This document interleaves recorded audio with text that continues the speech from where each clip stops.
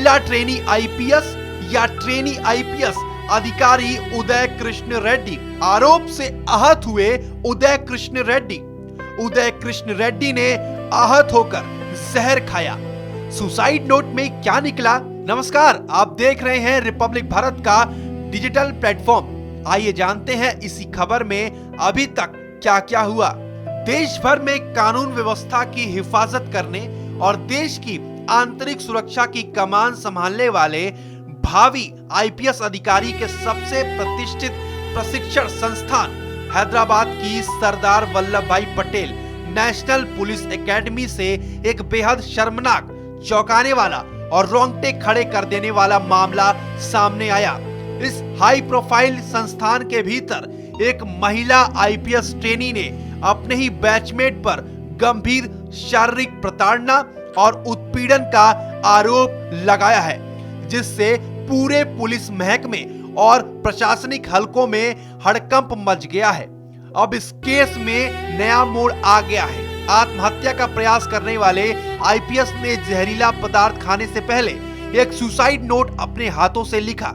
इसमें उदय कृष्ण रेड्डी ने यौन शोषण के आरोपों को झूठा बताया और दावा किया कि वह और महिला ट्रेनी आईपीएस पिछले 1 साल से रिलेशनशिप में थे। हाथ से लिखे सुसाइड नोट में उदय कृष्ण रेड्डी आईपीएस ने 4 लोगों का नाम लिया, जिनमें वह महिला और उसके पति का नाम भी शामिल है। उदय कृष्ण रेड्डी ने लिखा कि वह अपनी जान दे रहे हैं और इसके जिम्मेदार 4 लोग हैं। उदय कृष्ण रेड्डी ने यह भी दावा किया कि महिला ट्रेनी आईपीएस और वह पिछले साल जून 2025 में रिलेशनशिप में आए।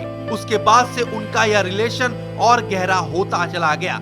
हालांकि महिला ट्रेनी आईपीएस की इस दौरान शादी हो गई। शादी के बाद भी दोनों के बीच भावनात्मक और शारीरिक संबंध बने रहे। ट्रेनी आईपीएस रेड्डी ने लिखा कि महिला उनके कमरे में आई और झगड़ा शुरू कर दिया। उन्होंने दावा किया कि उन्होंने सिर्फ बचाव में प्रतिक्रिया दी।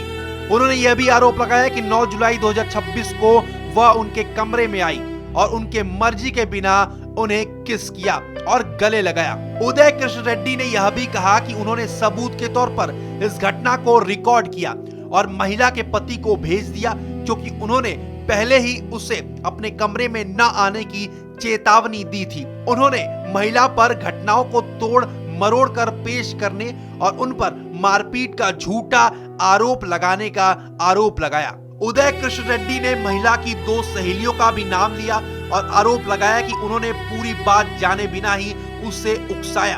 आत्महत्या के फैसले के लिए उन 4 को जिम्मेदार ठहराया गया। उन्होंने उनके खिलाफ कार्रवाई की मांग की और कहा कि उनके रिश्ते का सबूत उनके फोन में है। आरोप है कि रेड्डी ने सोमवार को मोती नगर में अपने रिश्तेदार के घर पर जहरीला पदार्थ खा लिया। उन्हें एसआर नगर के एक प्राइवेट अस्पताल में भर्ती कराया गया, जहां उनकी हालत स्थिर बताई जा रही है। इससे पहले उन्होंने सोशल मीडिया पर पोस्ट किया था कि उनके खिलाफ शिकायतें और अफवाह बेबुनियाद और झूठी हैं। बीते रविवार को एक महिला ट्रेनी आईपीएस अफसर की शिकायत पर पुलिस द्वारा केस दर्ज किए जाने के बाद वह एकेडमी छोड़कर अपने रिश्तेदार के घर चले गए थे। 30 साल की महिला ट्रेनी अफसर ने 18 जुलाई की रात दर्ज कराई गई अपनी शिकायत में आरोप लगाया कि एकेडमी में ट्रेनिंग के दौरान 23 जून से 10 जुलाई के बीच रेड्डी ने उन्हें परेशान किया। उन्होंने रेड्डी पर गाली गलौज वाले मैसेज भेजने, आपराधिक धमकी देने, उनका प्राइवेट वीडियो रिकॉर्ड करने और उसे उनके पति को भेजने का आरोप लगाया। उन्होंने यह भी आरोप लगाया कि रेड्डी उनका मोबाइल फोन अपने कमरे में ले गए, उन्हें उसका पासवर्ड बताने के लिए मजबूर किया और पर्सनल मैसेज जाहिर करने के लिए ब्लैकमेल किया।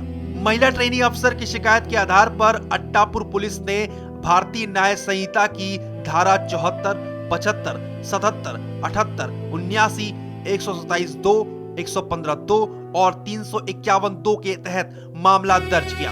इसके साथ ही आईटी एक्ट की धारा 66(e) और 67(a) के तहत भी केस दर्ज किया।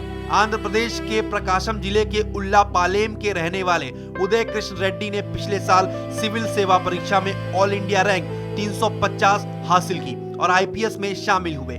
वह 2013 में कांस्टेबल के तौर पर पुलिस फोर्स में शामिल हुए थे, लेकिन 2018 में सिविल सेवा की फुल टाइम तैयारी करने के लिए नौकरी छोड़ दी और कई कोशिशों के बाद सफल हुए। शुरुआत में 780 रैंक हासिल करने के बाद वे Indian railway management service IRMS में शामिल हुए, लेकिन उसके बाद उन्होंने फिर से परीक्षा दी और 350वीं रैंक हासिल करने के बाद IPS ज्वाइन किया। इस खबर में इतना ही। देखते रहिए रिपब्लिक भारत।